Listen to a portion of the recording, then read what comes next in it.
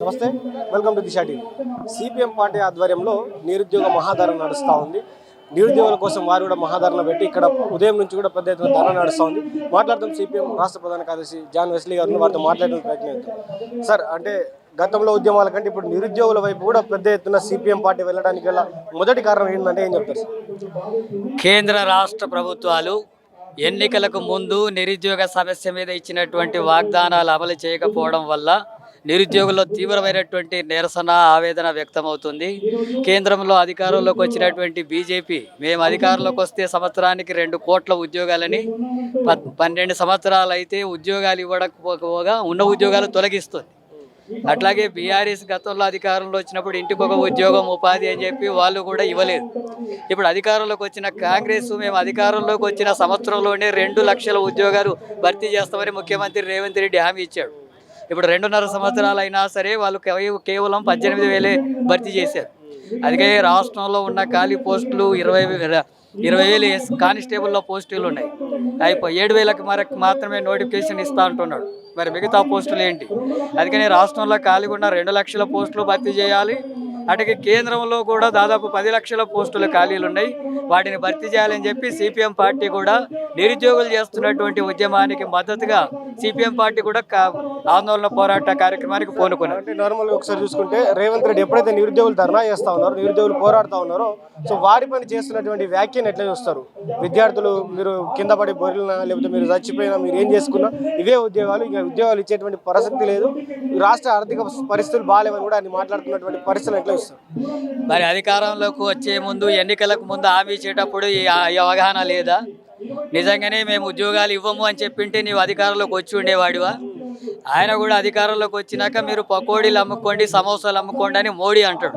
ఈయననేమో ఉద్యోగాలు రావు, మీరు ఇంటిని తాగిన సచ్చినా పొరలేదని చెప్పి అహంకారపూరితంగా మాట్లాడుతున్నారు. ఇలాంటి పరిస్థితి ఉన్న నేపథ్యంలోనే ఈ కేంద్ర రాష్ట్ర ప్రభుత్వాల మెడలు వంచి ఉద్యోగ ఉపాధి అవకాశాలు మెరుగుపరుచుకోవాలంటే ఇక చూస్తే లాభం లేదు, పోరాటమే మార్గం. పోరాడే కార్యక్రమంలో భాగంగా వాళ్ళ ఇచ్చిన హామీలు అమలు చేసేటట్టుగా ఒత్తిడి చేస్తాం, లేకపోతే ఆ ప్రభుత్వాలు గద్దె దించేటటువంటి పోరాటాలుగా మారుతాం. అంటే అక్కడ కాంగ్రెస్ జనతా పార్టీ జంతర్ మంతర్ దగ్గర కూడా నిరాహార దీక్ష చేస్తూ ఉంది. అక్కడ సోనం వాంగ్చుక్ గారు చనిపోయేటువంటి పరిస్థితిలో ఉన్నారు. ఇక్కడ తెలంగాణ నిరుద్యోగులు రోజుకో పేరుతో, ధర్నా పేరుతోటి ఏదో విధంగా ధర్నా చేస్తూ ఉన్నారు, నిరసన తెలుపుతా ఉన్నారు. సో వీళ్ళిద్దరి పాత్రలో సిపిఎం పార్టీ పాత్ర ఏ విధంగా ఉండబోతోంది? వీరికి మీ సహకారం ఏం చేయబోతా ఉంది? ఒకవైపు న్యాయమూర్తి నిరుద్యోగుల్ని వ్యంగ్యంగా మాట్లాడినటువంటి నేపథ్యంలోనే కాక్రోచ్ పార్టీ పుట్టి ఈరోజు దేశవ్యాప్తంగా యువత పెద్ద ఎత్తున ఆందోళన కార్యక్రమాలు కొనసాగిస్తుంది. అట్లాగే రాష్ట్రంలో ఉన్న పాలకులు కూడా ఇలాంటి వైఖరి కొనసాగిస్తున్నందుకే ఇక్కడ నిరుద్యోగుల పోరాటాలు జరుగుతున్నాయి. అందుకనే సిపిఎం పార్టీ ఈ నిరుద్యోగ సమస్య పరిష్కరించాలంటే అక్కడ కేంద్రంలో అధికారంలో ఉన్న బీజేపీకి కానీ, రాష్ట్రాల్లో అధికారంలో ఉంటున్నటువంటి బూర్జువా పార్టీలు ఏవిటికి కూడా ఉద్యోగ సమస్యల్ని పరిష్కరించేటటువంటి లక్ష్యం లేదు. అది కేవలం పెట్టుబడిదారుల ప్రయోజనాల కోసం పనిచేసేటటువంటి పాలకులుగా అలాంటి విధానాలు ఉన్నాయి. ప్రభుత్వాలు అనుసరిస్తున్న విధానాలే నిరుద్యోగ సమస్య పెంచేవిగా ఉన్నాయి, ఉద్యోగాలు కల్పించేవిగా లేవు.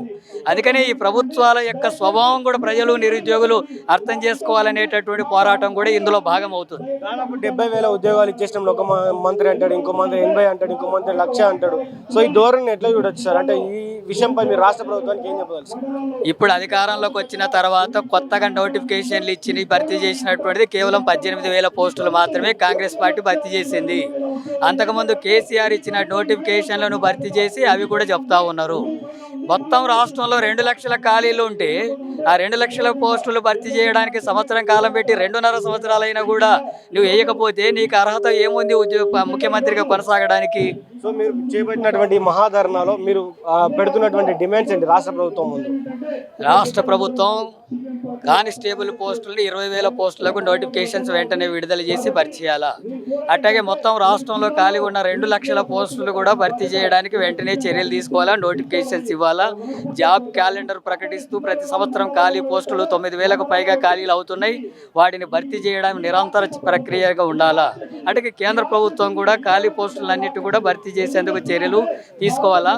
ఈరోజు ఇందిరా పార్క్ దగ్గర రాష్ట్ర వ్యాప్తంగా మహాధరణ కార్యక్రమం నిర్వహిస్తున్నాం. ప్రభుత్వం స్పందించకపోతే మొత్తం రాష్ట్ర వ్యాప్తంగా అన్ని జిల్లాల్లో కూడా నిరుద్యోగుల ధూమ్ధామ్ కార్యక్రమాన్ని నిర్వహిస్తాం. ఆ తర్వాత కూడా స్పందించకపోతే చలో అసెంబ్లీ కార్యక్రమానికి పూనుకుంటాం. ఇది జాన్ వెస్లీ గారు చెప్తున్నటువంటి మాట. ఏదైతే రానున్నటువంటి రోజుల్లో ఆ ఉద్యమ కాలం ఏదైతే ఉందో ఈ మహాధరణ, ఇప్పుడు ఈ మహాధరణకు స్పందించకపోతే రానున్నటువంటి రోజుల్లో గ్రామాల్లో, మండలాల్లో, జిల్లాల్లో నిరుద్యోగుల ధూమ్ధాం పెట్టి రాష్ట్ర ప్రభుత్వాన్ని ఎండగడతాం. అదేవిధంగా అసెంబ్లీ ముట్టడికి కూడా మేము ప్రయత్నిస్తాం. ఒకవేళ అప్పటికి కూడా మాట వినకపోతే నిరుద్యోగులకు 20,000 ఉద్యోగాలు ఇవ్వాల్సిందేనంటూ కూడా ఆయన మాట్లాడుతూ ఉన్నారు. సో 20,000 ఉద్యోగాలు ఇవ్వకపోతే మేము రాష్ట్ర అసెంబ్లీని ముట్టడి చేస్తామని కూడా ఆయన చెప్తా ఉన్నారు. చూద్దాం మరి రానున్నటువంటి రోజుల్లో రాష్ట్ర ప్రభుత్వం ఏం నిర్ణయం తీసుకుంటుంది, నిరుద్యోగుల కోసం ఏం మాట్లాడుతుందో కూడా వేచి చూద్దాం. చూస్తూ ఉండండి దిశ టీవీ. నేను మీ journalist Srikanth with video journalist Vamsi from Dharna Chowk, Hyderabad.